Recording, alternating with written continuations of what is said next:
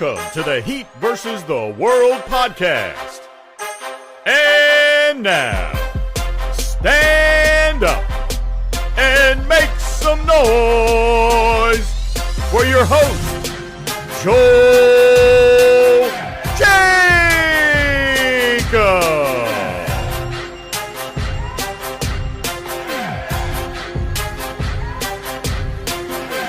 Welcome, everyone, to another episode of the Heat versus the World podcast.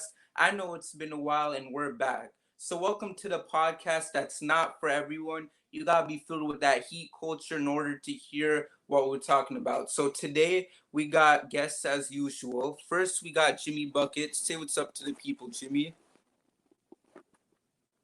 Boy, Jimmy Buckets, and boy, am I glad to be back. And then after that, we got Clippy. Say what's up to the people, Clippy. Hey everyone, it's Clippy. You can follow me at ASUPX Clippy on Twitter. And then right after that, we got Miami Flash PE. What's going on, everybody? You can follow me at Miami Clutch PE on Twitter and on Instagram. And then we got the homie Brian. What's up? I'm Brian. And then last but not least, we got Lola, aka EGY_Cole on Twitter. So just like that, we have so much to talk about today. And, you know, there's been a lot going on. So before we do that, y'all can also follow me on Twitter at JoelKJacob_. So without further ado, let's get started with today's episode. So first, we got to talk about this Heat preseason game. So just in case y'all didn't know, the Heat played their first preseason game yesterday against the Hawks. And after everything South Florida fans have been through these past couple weeks, having a Heat game was probably one of the best things to happen in a while. So to get started, let's look into some of the stats. Tyler Hero was the leading scorer last night with 26 points and 9 of 12 from the field. You then have Bam, who had 14 points and 5 rebounds.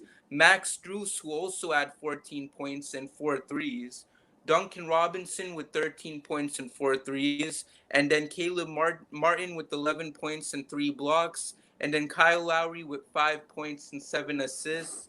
And Jimmy Butler didn't play, but still, it was a great showing from all of our players after what seemed like a whole eternity since we last saw this team take the court. So how do you guys feel about yesterday's game? We'll start off with you, Buckets. I feel absolutely amazing. It's like I've been waiting for this and waiting for this and waiting for this forever. Everybody has too. And then to finally see everything that we've been talking about and hoping for and waiting for and looking for actually come to fruition on the court. And not only come to fruition, but come to fruition beautifully, poetically.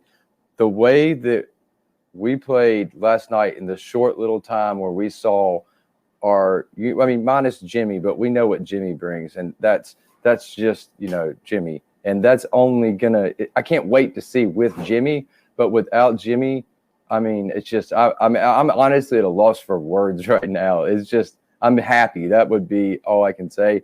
And I think that this team is a lot better and is going to be a lot better than a lot of people have given it credit for. Mm-hmm. And then what about you, Clippy? I have to agree with what Bucket said. I am so happy, but also I don't want to get my hopes up too much because, yes, it is preseason, but from what we did see, it's like it really makes you think like, wow, this team can actually really go far and really do well and prove all these people wrong that said that we're not going to be as good as the Heat fans think that we're going to be. But after last night, it gets my hopes up so much that we can really, really, honestly, I think get out of the East maybe, especially if Jimmy comes back and he, is Jimmy. I think we're going to be scary. I really think we're going to be scary. And then what about you, Flash? All right, so like you said earlier, Joe, this was a cleansing for Miami sports fans. We've been through a lot, and we finally get to see the best franchise in the city with the best front office in the city. So speaking about the game yesterday, it was so good. I think I want to get directly into Kyle Lowry and how he surpassed every expectation I had for yesterday. He only had 5 points, but it looked like he impacted the entire game by pushing the ball, pushing the ball, pushing the ball. Bam had Bam had 14 points in 14 minutes because of what Kyle Lowry was doing. He was finding him. It's like Kyle made a decision to find him no matter what.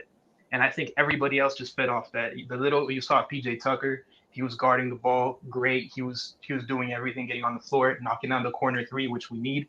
He's one of the best corner shooters in the league apparently. So I'm really excited to see that. But I got to say, I had my doubts about Tyler Hero the entire offseason, the entire all last season because of injury concerns. He put on 15 pounds of muscle or 10, something like that. And it showed yesterday. He had 26 points, like you said, and on 12 shots. That's amazing for a player like him. He looks like he has an extra bounce in his step. He looks like he's physically stronger, and he's now not such a liability anymore from the little that we saw of him for what 26 minutes. That block was amazing by Tyler, by the way. But all around, I thought it was great. I thought Caleb Martin is a very bright spot for the Heat, and I think we have a chance to do something if we can keep this type of level of production. Then you add Jimmy, and then you add a healthy Victor Oladipo when it's time. Mm-hmm. And then what about you, Brian? How do you feel about last night? Last night was exciting, man. It looked like this team, at least quite a few players look to be in midseason form. You know, Bam, I think you would expect that because he played the Olympics, you know, so he's probably a bit closer to what we're going to see during the season. But Kyle looked really, really good, man. He was finding people.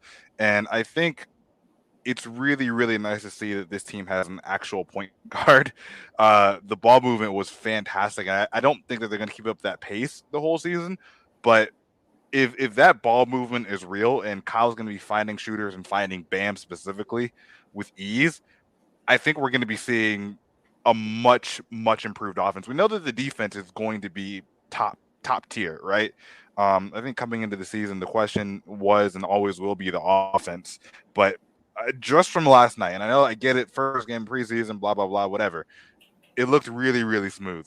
And Tyler Hero specifically, I think we all expect him to come off the bench, and I think is going to make a real run for sixth man of the year. Like, I think just from what we saw last night, that guy is ready, man. And I'm excited to see what he can do. Right, right. Because you look at what we saw yesterday, and obviously, we're not gonna overhype it because at the end of the day, this is preseason. But to have seen Miami play that way, especially after coming off of a disappointing season last year, well, a disappointing ending, I mean, or you could call it disappointing season, whatever you want to call it as. It's just great. And like I mentioned earlier, and then you touched on it, Flash, to have a team that in South Florida that knows how to play good, you can't ask for anything more.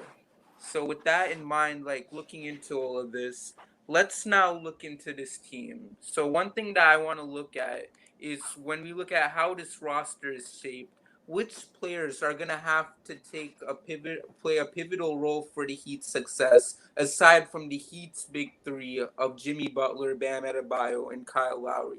So for this, I'll have you take the floor first, Flash.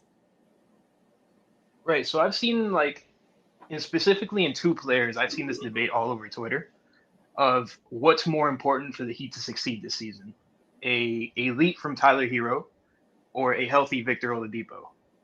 I think both are really, really important, and if both happen, the East is in trouble because these guys are look to be going for it this year, the entire team.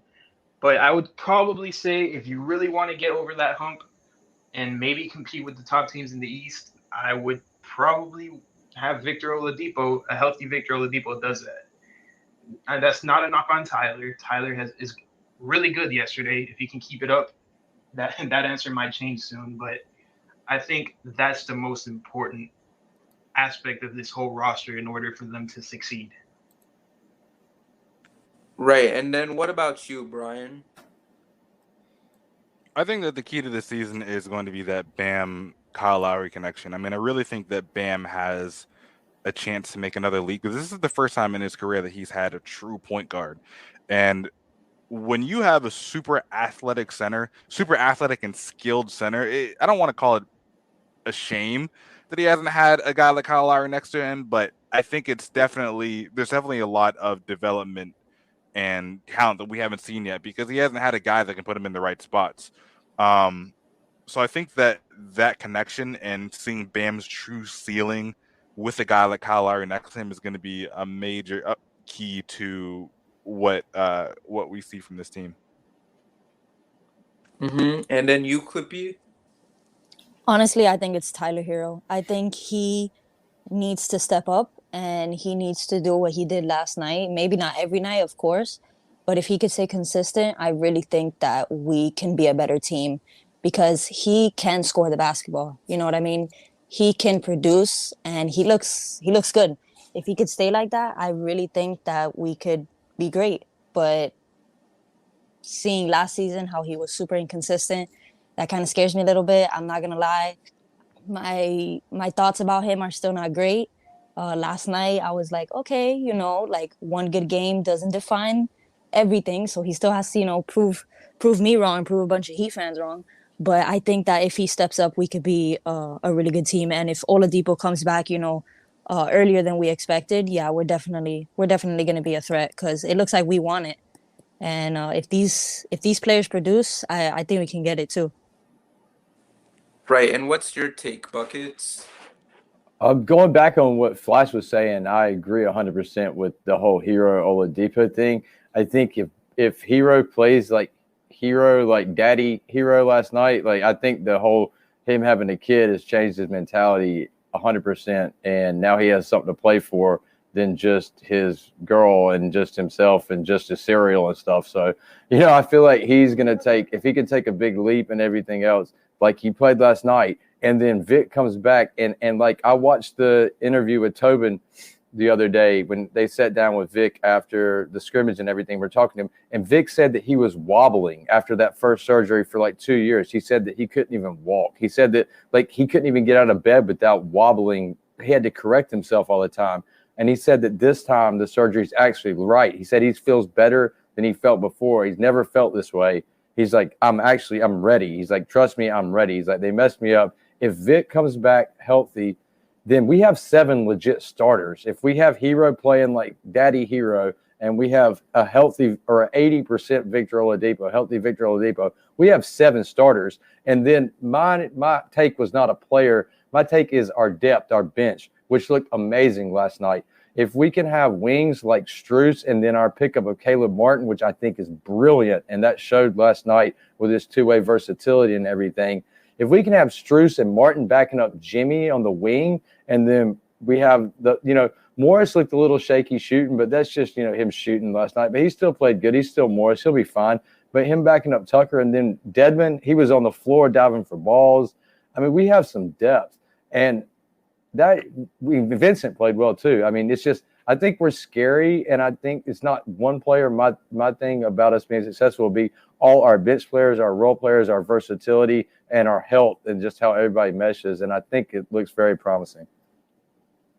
Right, and then Lola, what do you think? Which players, in your opinion, do you think has to play a pivotal role for the Heat's success? If we're talking about the playoffs, I do think Depot's health is going to prove to be the most important factor, as he's exactly what I think will separate us from the rest of the East, aside from the Bucks and the Nets. I mean, we're already good as is, but Depot is likely a starter if 100% healthy.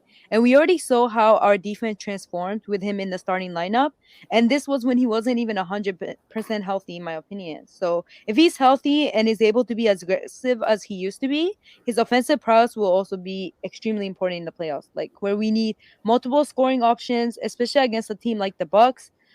He'll take a lot of pressure off of Jimmy, and that's a big priority. And we did learn from his media day that he finally felt like he had balance for the first time since his injury. So I am hopeful about that. But I do also think like Tyler's contribution offensively, leading the bench unit, is also going to be very important. I mean, Tyler already looked way more assertive in the game last night. Like he finally understood like his sole role is to get buckets, and he got it to it effortless. Like he got it to his pockets effortlessly, and those jump shots and hook shots and runners, they got way more efficient. He just overall looks way more comfortable and confident out there, and we needed him to continue to do that because when his offense is not going, he kind of becomes a liability. Is what we saw last year. So just him being aggressive offensively, leading the bench unit, is exactly what we're gonna need. Just as an additional offensive option. So those two things I think are like the key to us getting the success that we hope to get. Right. So I want to like push back a little bit on one of the things you said, Lola. I don't think Victor Oladipo is a starter on this team. I think he's better suited off the bench with Tyler to give the bench much needed defense. I think you can't bench Duncan with these guys on the floor that you have in the starting lineup. You have Lowry, Bam, who's not a 3-point shooter yet. We haven't seen it. Tucker, who only shoots from the corners, and Jimmy, who doesn't shoot threes. You need a 3-point shooter. You need a sniper out there, and you need Duncan Robinson out there. And I don't see a way where you bench him unless you're actually losing in the playoffs and you need to shake it up because The I think luxury Duncan brings too much. the luxury the Heat have though is in the closing lineup. If they want shooting, they can go in their closing lineup, not starting. I'm talking about closing because I could see Oladipo fitting in with our starters in place of Duncan closing. But the luxury that the Heat have is to plug is they have three amazing people that they could plug at the 2 spot. They could run Hero, they can run Robinson, or they could run Oladipo, depending on what they want 1000%. with, and that's awesome. That's such a great luxury to have. I just wanted to throw that in. I didn't mean to interrupt, but 1000%. You put this is my take here. You start Duncan and you close with Depot. yeah, That's 100. probably the best thing you can do. And then you I can don't throw think- I don't Hero, think and you you can start- throw Hero in the mix anytime. I don't think you start an Oladipo that we don't know if he's there yet health wise. Just keep him off the bench and I you're good. think when he gets to 100%, I think he will start only because we saw him start last year, and also I don't think Duncan is gonna be the guy that gets thrown off the starting lineup. We saw him start under different circumstances last year though. Duncan's the one that makes our offense run. He's our spacing. No, We no, have no, to no. have Duncan to start. Let me say something. All right, go ahead. I don't think Duncan is gonna be the guy that gets thrown off the starting lineup. I think it will be PJ. I think PJ is the guy that's gonna get. You're not gonna start Jimmy at power forward. I mean, Yeah, there's some possible. Duncan is gonna be. Duncan can start at power forward then. Against the Bucks, you're not putting Duncan or Jimmy at power forward. No. Okay, but like obviously like depending on like different teams that you go against, you might switch your lineups. But I mean, that's a lineup you can definitely see out there at some point, but that's not the starting lineup. I just don't see an 100% Oladipo not starting.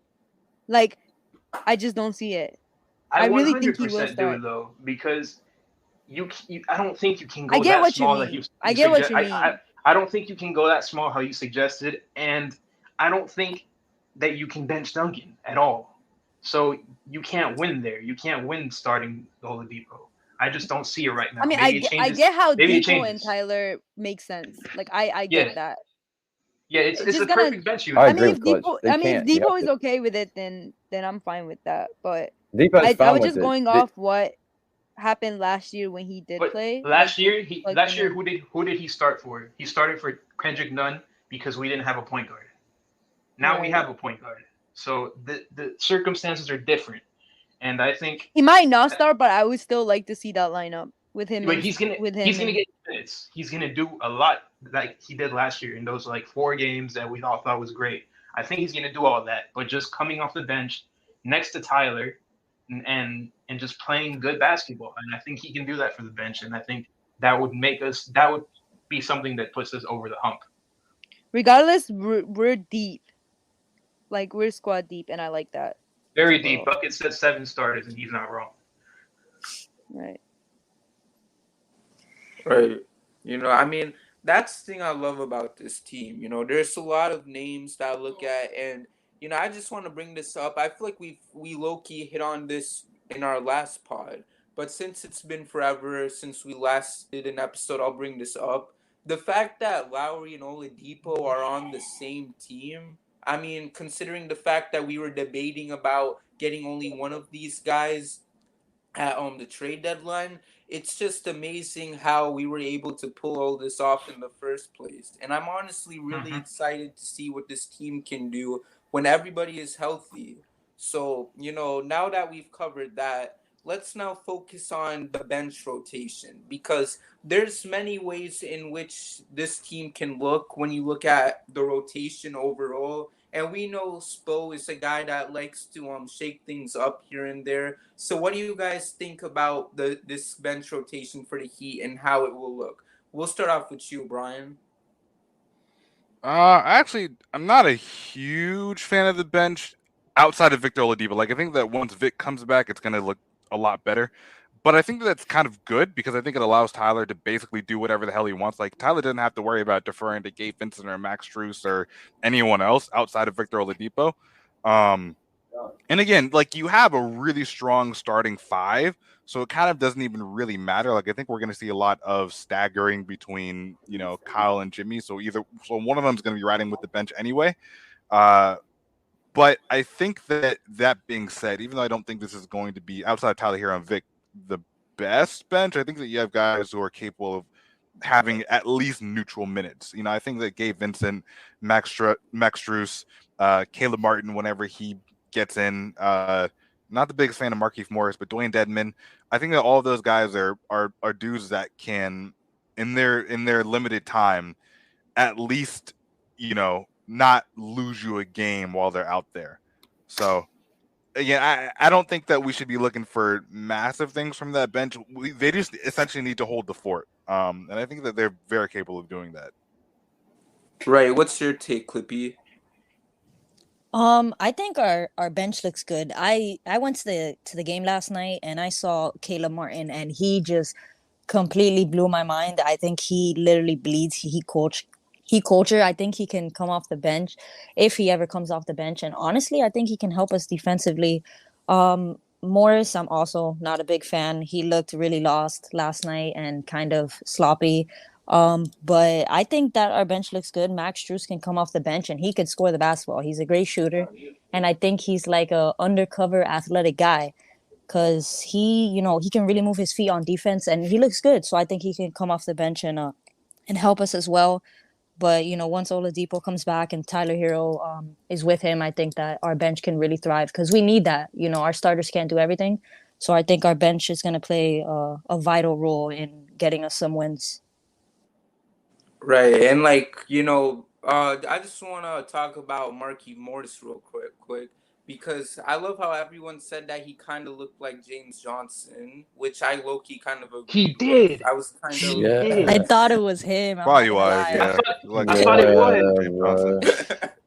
And he 100. plays just like him too. I was getting No, ready to say that. That's funny. I saw him. I don't know about playing because, like, there's a reason the Lakers let him go. Like, he doesn't have the ball handling, or He I doesn't don't have even know. anything. All he Yeah, has is a he's not 3-point good. shot.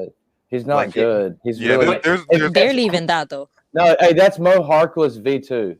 yeah, there's a reason the Lakers didn't want him. Yeah, Just he missed a like couple let's open be real. shots last night too. So He missed a lot of open He's shots. James Yeah. Johnson without the dribble.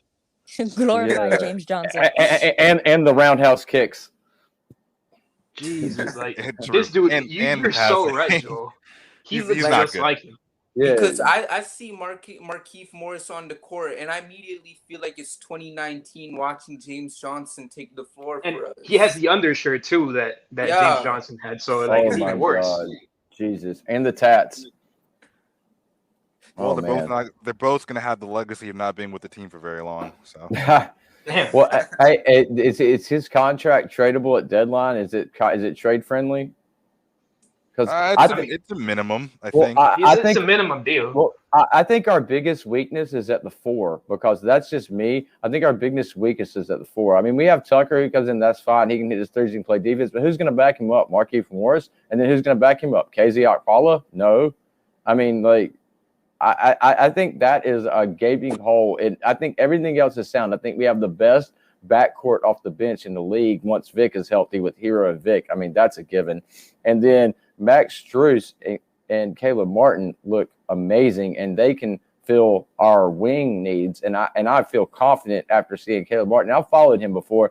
I mean, he was the WAC Player of the Year with Nevada, and not long ago, and he puts in work. Dude, that dude's a worker, and he wants to be here, and he will be a part of our rotation. I want to see him. I want to see Caleb Martin coming in after Jimmy, and I want to see Struce. Struce is basically we've carbon copied Duncan Robinson, and Struce is just a stronger, 2 inch shorter Duncan Robinson that can drive and can play defense, but can stroke it just like him. And I like that. I love that we've copied Duncan, and we can, when Duncan comes out, Struce comes in. I want to see it where we can get it where Jimmy comes out, Caleb Martin comes in. I don't know what we're going to do at the 4 because I don't want Marquise Morris in the game, and we don't have a backup. I don't want KZ Okpala in the game. So that's our thing is we need a 4. We need to figure that out. Yeah. So anybody's takes on that. The thing you said about the lack of depth at the 4 spot, I think that eventually either leads to the Heat looking elsewhere, or maybe opens up the door to experiment with Yurt 7 at the 4. So we'll see. Who knows? He can stretch the floor, so he can definitely play power forward. It's just depending how willing the Heat are to do that instead of playing him as a traditional 5, the center. Yeah, I think the answer is going to be them finding someone else eventually, but I think in the meantime, it's probably going to be lineups with Jimmy at the 4 and probably playing, I guess, until Vic is healthy. I think we're going to see a good amount of Kyle Lowry, Tyler Hero, Duncan Robinson, Jimmy, and Bam out there. And that, I think that while that's probably going to be a thing, I am a little concerned with this PJ Tucker groin injury. I mean, I'm thinking it's probably nothing too serious, but if PJ Tucker goes out for any amount of time, that means a lot of minutes for Jimmy at the 4 and Marquise Morris at the 4. So that is until they figure out long term, that can be a concern. Right. And then Flash, what's your opinion about the whole rotation? I mean, we covered a lot about the rotation. I think, like Brian said at one point, we're not the greatest bench, but we're also not terrible. We can be neutral. And if you look down the list, like above the guys we said, Caleb Martin, Marcus Garrett in the 2-way contract. I think he can just not put the Heat in a bind. I think these guys, like, I'm looking for the name here. I mean, KZ, we know what we get with KZ, so I'm not going to touch that. So I just think the bench rotation is going to be all right. I do think 2 things are going to happen. We're always going to have one of Duncan or Struz on the floor at all times. And I think we're also going to have one of Jimmy, Bam, or Lowry at the floor at all times. And I think that's important for the bench because they're going to have some leadership out there. Right. Right. And then Lola, what about you? I do agree with everyone about the lack of 4 position options. When PJ went down, I was kind of upset, and it really like made me realize like how important he is, and he's probably gonna get a lot of minutes at that position since we lack a lot of depth there. I think like towards the trade deadline, I think Pat is gonna make a move to get us another one, but obviously in the playoffs, our lineups are very tight, so I did like from like just the first game that we saw. I really like Struz. He carried that confidence from the summer league, and he just like has a swagger to him now. Like he belongs here. And he kind of like keeps Duncan on his toes, so I kind of like that. I really like Caleb Martin. Like I didn't know too much about him before he joined us, but like he's very aggressive and assertive. Gets to the rim, puts lots of effort on defense. Like he could definitely fight for those minutes. I mean, he came with no expectations, but he really showed up. Like I even on the training camp clips that I've seen, like I see him attack the rim. I think he could squeeze in a couple minutes there, and I like that we have multiple viable options at the 5 now. Like we didn't have that last year. We were rescued by Deadman, but this year we have like Deadman. I know you guys don't like Morris, but he is an option, and we also have Yurt. And Yurt had like 8 rebounds in 14 minutes last night, which is like great to see because rebounding has always been our problem. And if you go against someone like the Bucks, I mean, they got 2 7-footers fighting for rebounds. So we need size. So like I want us to be giving your more minutes to get him a little bit more comfortable because I really feel like if we go against a team like the Bucks, he will prove to be really important and key to us at that time. So yeah. Right. So, a lot of points were made overall. And I honestly feel like I'm speaking for everyone when I say that this Heat team is going to be very exciting regardless what's going to happen. I'm sorry, y'all. So with that being said, let's look around the league now, because if you look at what's going on in the NBA, it's kind of really funny. So first, I want to start off with the Philadelphia 76ers, okay? Because we're nearing the end of the show. We got to do some trolling, if you know what I mean. So I want to read the quote of the day, and it's by Joel Embiid. We've already had shooters, and I feel like I can really play with anybody, and I can make anybody be better on the court. I don't necessarily need shooters, but I feel like over the years, like you look at when we got Al Horford, it's because we needed a stretch five just to make sure that was for him, aka Ben Simmons. And most of my career, I've had to take kind of a step out of the 3 point line quite a bit, which I don't mind. I like to be a basketball player. I like to do everything on the basketball court. But I feel like our teams have been built, whether if it's the shooting, the stretch five, and all that stuff. I feel like he's always had it here. And then he also goes on to say that we got rid of Jimmy Butler, which I still think was a mistake, but he, aka Simmons, needed the ball in his hands, and that's the decision they made. So because of that, we gotta look at.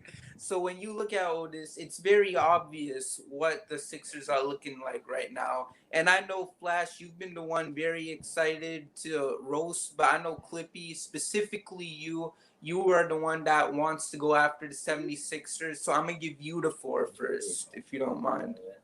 Oh, I don't mind. I I hate the 76ers. I've hated the 76ers since they beat us in the playoffs years and years ago. But I want to talk about Ben Simmons and how he's being just a baby, to be honest. I think that you are an adult, you're a grown man, and I don't know what he's doing just doesn't sit right with me. I think that makes the whole organization look bad because he kind of was the franchise face, kind of. So I think that it looks bad, and I mean, I don't mind because I want to see the Sixers demise. I want to see them crash and burn because I've hated them for so long. But and then they now everyone wants Jimmy back, and they said they never should have traded Jimmy, and it's like, but you didn't keep that same energy when he came over here though. You said that he wasn't going to make the playoffs, right? So that I mean, it's funny now looking back because they're the ones that are looking like a terrible team and we're the ones that are looking good. So I just love it. I anything that has to deal with the Sixers looking terrible, I'm here for it. Right. And what do you think, Flash? Right. So I just got to say, we're so lucky that the 76ers are a trash can of a franchise. We're so lucky because they freaking stink. Like, if you really think about it, they mismanaged that whole Ben Simmons situation. And I want you to hear this, Philadelphia fans. If you kept Jimmy Butler over Ben Simmons, you're probably already an NBA champion. And I want you to live with that pain. You can keep your 1976 trophy, and we'll keep our 3 rings in the last 20 years. Okay? That's all I got to say about the 76ers. It's short but sweet. Right. And then Lola, what's your take? My take is a little bit different. The entire Sixers organization, from the coach to their best player Embiid, to their beat writers, to their fans, blamed the elimination of last year's playoffs on Ben Simmons. So the organization wanted to trade Ben Simmons on multiple occasions throughout the season, and after the season, he was their biggest asset in every trade discussion involving the Sixers. Everyone seemed okay with Ben getting traded, but the moment Ben turns around and demands a trade, it's a problem. Like, I'm just happy I'm not a Sixers fan because it's hypocritical, it's embarrassing, it's a mess. And like, y'all really made me a Ben Simmons fan. Like, I blame the Sixers for that. And the only thing that can get worse than this is when Embiid requests for a trade, which may be sooner than their delusional fan base thinks. Like, it's just funny. And then I know, Brian, what do you think about this whole situation in Philly? Uh, personally, I don't necessarily care about the Sixers either way. Uh, I don't know, man. I think that Ben Simmons is like, I honestly don't really blame the Sixers. I think that like, I know that a lot of the narratives are funny. Like I think it's entertaining to essentially watch a car crash, but I think that a lot of people aren't really acknowledging the fact that the Sixers have been really good for the past few years, and Ben Simmons is also a really damn good player. He's just kind of an a-hole, which is, that's his thing, man. Like, if he doesn't want to be there, that's cool. I think that this whole trade request could have been handled in a more mature way. That's for damn sure. But I felt for a while, and a lot of people have felt, that Embiid and Simmons weren't an ideal pair. Like, there's been narratives for years about how they're going to have to trade one of those two, and it's just happening sooner than I think a lot of people thought it might have. But yeah, at this point, the situation is untenable. I think that everybody knows that, they're headed for a breakup, and that's okay. Teams break up. It is what it is. Simmons, I think, is going to have the chance to show out on a new team, and I think the Sixers are probably going to be better for getting a piece that fits them more properly. It's just the way that it's happening, which, and again, neither of those are negative. Like, I really don't think that either that the situation is going to end up being bad for either side. It just looks really ugly, which that happens sometimes in the workplace. So it's whatever. I don't really care. It doesn't make a difference either way in my life. But Right. I just don't get how he's acting immature. Like, I don't get how, like, any other way that he could handle what just occurred to him. Like, I don't think he's being immature. I just think he's literally giving back what they gave to him in the first place. Oh no, I can tell you how he's acting immature is because he's a 25-year-old millionaire that's been treated like Yeah. royalty his whole life. Like, But he worked for that though. Like, I don't like the did. narrative because these NBA players, like, they work hard, like, to make it to where they're at. So it's Oh, not like I'm not saying he hasn't, but I'm saying that he can still be in. Like, he can be a hard worker, and I'm not doubting the work Ben Simmons has put in. Like I said, he's a really good player, and you don't get to where Ben Simmons is by not being a hard worker, by not being good. I'm just saying that as a 25-year-old, he's in that last year of brain development. Like, it's very possible that as a coddled kid who's been this basketball prodigy his whole life, he's just a little immature. I'm sure he's used to getting what he wants his whole life. And when things haven't worked out, now he's feeling real pressure that he's never felt before as a guy in his mid-20s. He's some people don't react to it the best way, and that's okay. Like, I think that if you put a lot of people Ben Simmons' age in his situation, at least half of them are going to act out, right? And But a lot of players are not in his situation though, because a lot of players, when they do bad in a playoff series, and then the whole world is like basically dissing them, is what we saw. All of Twitter was dissing him. You don't see their teammates and the whole entire team throw him under the bus, including the coach. Like, I don't see that happen often. I well, really that's don't. because, but at the same time, Ben Simmons, it was the number, and whether the pressure is fair or not is a different conversation. But I think we have to keep in mind that Ben Simmons was the number one pick, and he was getting comparisons to LeBron and Magic, and I don't think that he was ever going to live up to either of those, because those are, top 5 greatest players of all time. But at the same time, I think that there was an objectively a lot of pressure, and I'm saying that not NBA players. I'm just saying humans. If you put 1,000 25-year-olds in his exact same situation with the same pressures, a lot of them are probably going to act out because they're 25-year-olds. Like, that's what you would expect. And while, again, I think that it could have been handled more maturely, I don't think that the situation was the best from Ben Simmons or the Sixers' perspective. I understand the needs of both sides. Like, I understand why the Sixers would want more from Simmons, especially, with the whole, like, he doesn't shoot thing. Like, that's important. And you're playing basketball, you got to be able to shoot, All right? of And I that makes understand, sense if you communicate with Ben, not the right? And media. Like, that right, was and the problem that I had. I understand. Like, I'm saying, like I said, it could have been handled more maturely. It just seems like there was a lack of communication, which is that's not new to people. Like, like I said, like it's ugly. It's very, very ugly. I'm just saying that, like, this isn't exactly out the norm of just how people react to things and how things are handled.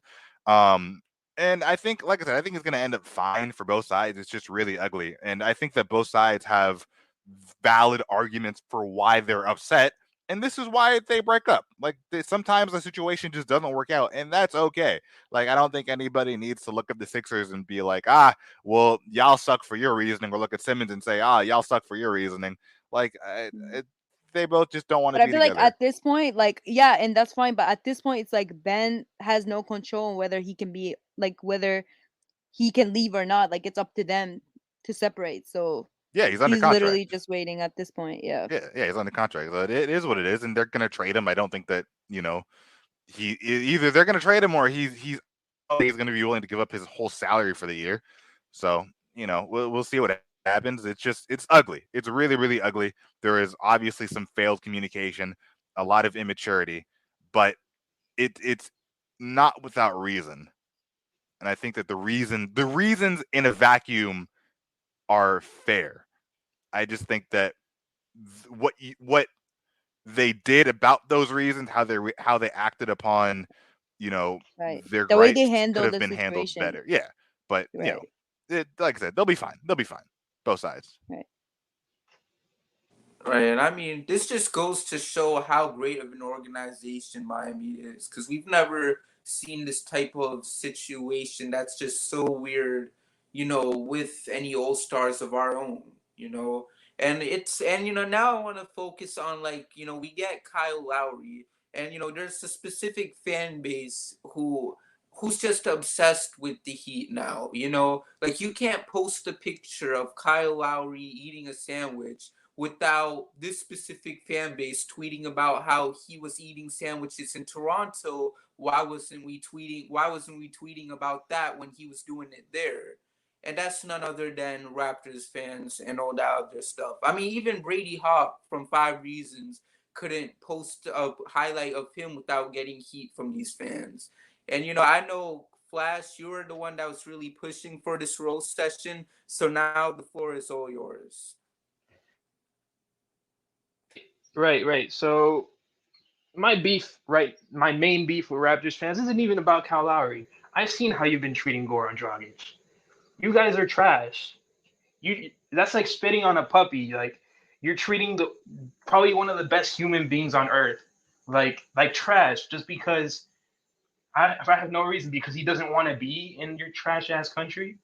I don't understand this. Like, Goran is a great person. He's a great player. He can still play. Like, people forget that.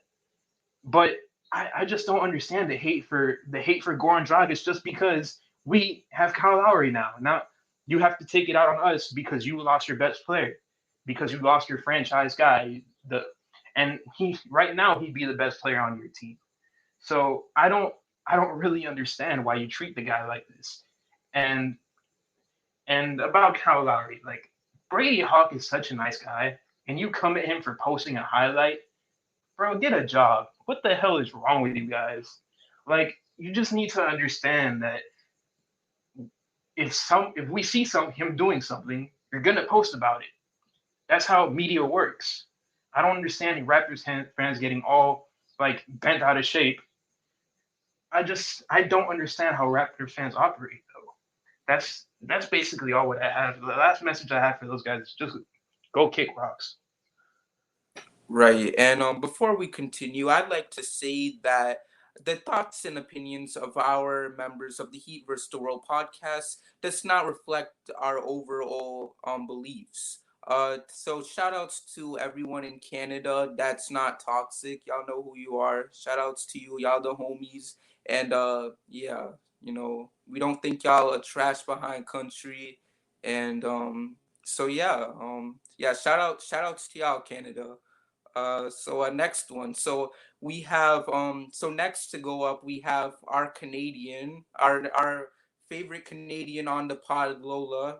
The floor is yours. Yo, I'm so sorry for my people. Like, honestly, like, they really embarrassed me the other day.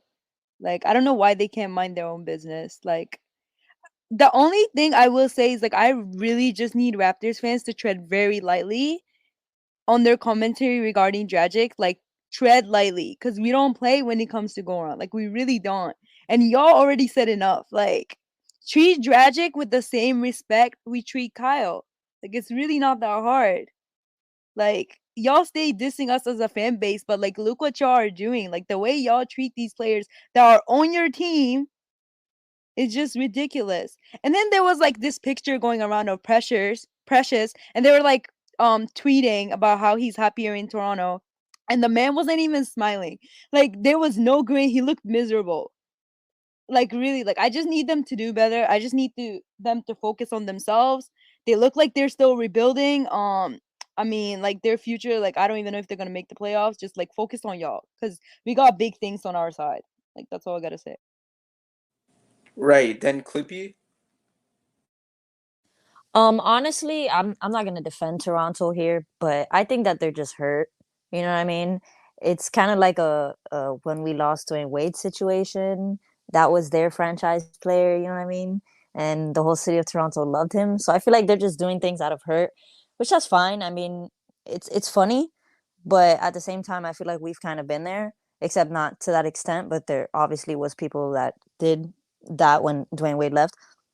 But yeah, I just think they're hurt. And like Lola said, focus on yourself because you guys are probably not even gonna make the playoffs. So I don't know why they're so focused on the Heat. But yeah, they're just hurt, and it's like an ex girlfriend. You know what I mean? Like they're gonna always have something to say. If they're hurt, they should go see a therapist, not talk about Dragic. Agreed. Agreed. Agreed. Ex girlfriend vibes for real. Like that's literally how The they look. psycho ex. Like Right. And then Brian, what about you?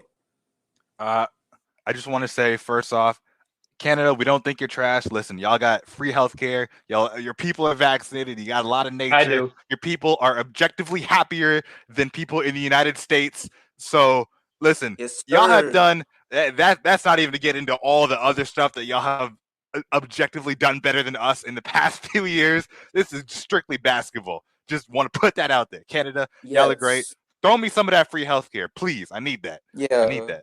facts, Um, we're safe. yeah, Debatable. exactly. Like, uh, yeah, like I think that this is one of the situations where I haven't really paid attention too much to the Heat Raptors drama because, again, much like the Sixers, I don't care about the Raptors. Like whether they win or lose makes no difference in my life. I have noticed some weirdness from both sides though. Like when that one picture of Kyle Lowry working out and the people talking about Kyle Lowry's body fat percentage, talking Oh about yeah, people that's like true. that's weird. Like, come Yeah. on, guys, like that's strange. Kyle Lowry has looked great for years. He's a top tier elite athlete, champion, All NBA, All Star. Like he's already a peak human physical condition. So that kind of stuff and saying, oh, he's going to be better now that he's in Miami. Like, nah, man, that dude was successful. Like for a very long time. So don't act like he needs to be in Miami to be a great athlete. Kyle Lowry is great. But I also think that the weirdness from the Raptors definitely comes in being butthurt over every little Kyle Lowry thing. Like I don't really understand that. I mean, I guess he's precious to their franchise or whatever. They like him, so it's like weird seeing him with the Heat. But man, that dude chose to work somewhere else. That's okay. Workers' rights. He can do that. He didn't have to stay in Toronto forever. He's not from Canada. Like I don't know. I just think that there's a lot of pettiness going back and forth, and a lot of weirdness that's unnecessary. So, y'all, everybody chill. Everybody chill, relax. It's just basketball. Kyle Lowry's happy, cool. Goran, I'm sure he's happy getting free healthcare and getting paid more in Canada. Precious is cool. Like, it's all cool. We're good. Relax. That's all I I'm got to sure say on Goran would that. rather be in Dallas.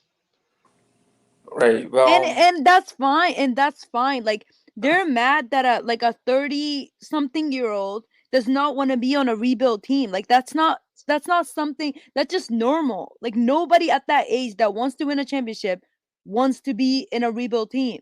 Like that's not personal. That just every player is like that at that age. That's why they signed those veteran minimums to the Lakers and the Nets to win a championship before they retire. I don't know why they're taking it so personal. Yeah, they're also making us kind of feel bad about not liking Precious because he had a good preseason game. And they were all like, oh, Heat fans are going to be so mad about this. Like, no, we didn't even want him on our team. Like, it's any reason that the Toronto fan base has to come at us, they come at us. And it's really weird. Like, it's the ex girlfriend type, like, situation. It's just really weird. And so but yeah, we're gonna move on from this topic because I'm kind of scared of you, Flash. I really don't like Canadians. Like I said, y'all are our homies and all that. Like Brian said, y'all are cool, just not in a basketball standpoint when y'all let Heat fans live rent free in y'all heads. You know who I'm talking about. So yeah, shout outs to Canada though, the cool people who be in Canada. Big shout out to Canada. Y'all should be a role model for America at this point. So, Yeah, you good. we appreciate y'all up there. Okay, y'all the homies. So now that we've talked about that, is there any other fan bases that we should hit on? Because I feel like we're just we just having a whole roast sesh. So who else we trying to go after right now? The Lakers and the whole Kendrick Nunn situation. They want to act like Kendrick Nunn is Michael Jordan. I don't know. That's I feel like, another weird. listen, a lot of Heat fans have been talking smack about Kendrick Nunn. Y'all are hypocrites. I just want to say that I've been hating on that man for a while for a lot of reasons, and now Heat fans want to be like, "Oh, Kendrick Nunn is trash. Kendrick Nunn is this and that." Come Yep. on now, don't We- do I don't that. think coming he's out Don't do trash. that. I we were don't here, think he's Brian. We trash. were here. Oh, I I've been think doing he's this trash. forever. Yeah, I'm just saying, I like, still don't think he's trash. I no, still think no, he it's could get buckets, and we could have signed him for whatever they signed him for, and that's it's it. forget I Kendrick think Nunn for he's a life. human parking cone. He is. He can It's still like get buckets though. Like we he can can't get just act buckets like when it's catch and shoot. What he's breaking out for a dunk. Like other than it that, I just don't want didn't fit Kendrick for Nunn us. creating It just wasn't a offense. good fit for us. But I think And on another team where he could be a good fit, he could be useful. Because Yeah, he'll be fine. defensively, He'll be he's fine on a the Lakers. liability. I just think that it's weird that y'all not you specifically. I'm just saying it's weird that a Mhm. lot of Heat fans defended Kendrick Nunn really hardcore, and now that he's on a different team. He's just like, oh, Kendrick Nunn is trash. Like, well, pick a side. Yeah, keep Pick a that same side. energy. Keep yeah, that same energy because it's been we've been screw here that for a guy for me while. for the last like Yeah, years. same. Yeah. Same. Screw that guy. I feel like every team does that. Like when they get a new player, like we kind of like hype them up and do all of that stuff. Like we're kind of hypocritical because we do the same thing sometimes. Like we get a new player and we hype them up, and then the other team, like whoever we got them for, keeps telling us that he's a scrub, that he's not gonna do nothing for us, but we hype them up anyway, and it's just what it is. Like I think Lakers are a team that we really have to look at because I think they're undeniably likely the one that's gonna come out of the West, pending that they're healthy. So like how we match up against them is something we should be looking at like throughout the season. And yeah, That's if like half of their old asses don't break their hips before the season's over. I mean their bench got blown up by the Nets bench. Let's just put that out there. Yeah, I don't Man. want to play the Lakers. I'm good. I don't need to see LeBron in the finals again. That's we know how Right. that's gonna end. So let's Yeah, hope that somebody else the beats only them. reason I don't want to see LeBron. That's it. The other guys, they're like what's it called? What do you call it? Geriatrics? We don't care. No, I also don't want to see AD. I also don't want to see Rut. Like there's a lot of guys on that team I don't want to see in a playoff series. And So let's isn't just Rondo back on that team? Rondo is Yeah. back on the team. I don't know if he's gonna play all that Oh much, my but I'm god. good. I'm very good on that. So I don't want to hopefully see somebody Rondo else again beats in the them. playoffs. I really don't. And so let's see. So are we ready to close the roast session, or is there any other fan base we trying to hit before we close it out? I think we're fine. I got what I need to get off of my chest. Yeah, same. All I'm just right. And excited for this screw Bucks season. fans for the culture. That's For it. Oh, We're done. real. yeah, like you know Just what? It's crazy because as of right now, as this episode is being recorded, it's only October 5th, and 6 days from now will mark the 1 year anniversary of when the finals ended for the Heat. And yet you still have people who trying to call us bubble flukes and all that. You know what? Kick rocks, as you said, Clutch. Like who touch honestly grass. at this point? Like if you honestly can consider us a bubble fluke at this point, just call yourself a casual and move on. But like yeah, anyways, with that being said, shout outs to Canada yet again, and just know that it's no hate from us, well at least from most of us. And yeah, y'all the homies, so please don't try to get Heat versus the World canceled. And with that being said, wait, is there anything else you guys want to add on or Enjoy freezing your ass off, Canada. oh, Shout out to the Six. Shout out to beautiful nature. Oh my God, Canada's Shout a out to beautiful you guys country. being vaccinated. Shout out to you guys being vaccinated. Shout out to Yes, healthcare. Shout double out to vaccinated good over here. political Yes. leaders. Like shout out to a lot of things about Canada. Tyler Yeah, Hero, sixth man of shout the out, year. man. Shout out. Enjoy getting frostbite. Oh my gosh. Anyway, Okay. so with But that tread being, lightly on That's heating. Dragic for real. Tread lightly. yeah, y'all That's the all I gotta say. homies. Yeah, Yeah, y'all the we love homies. Canada.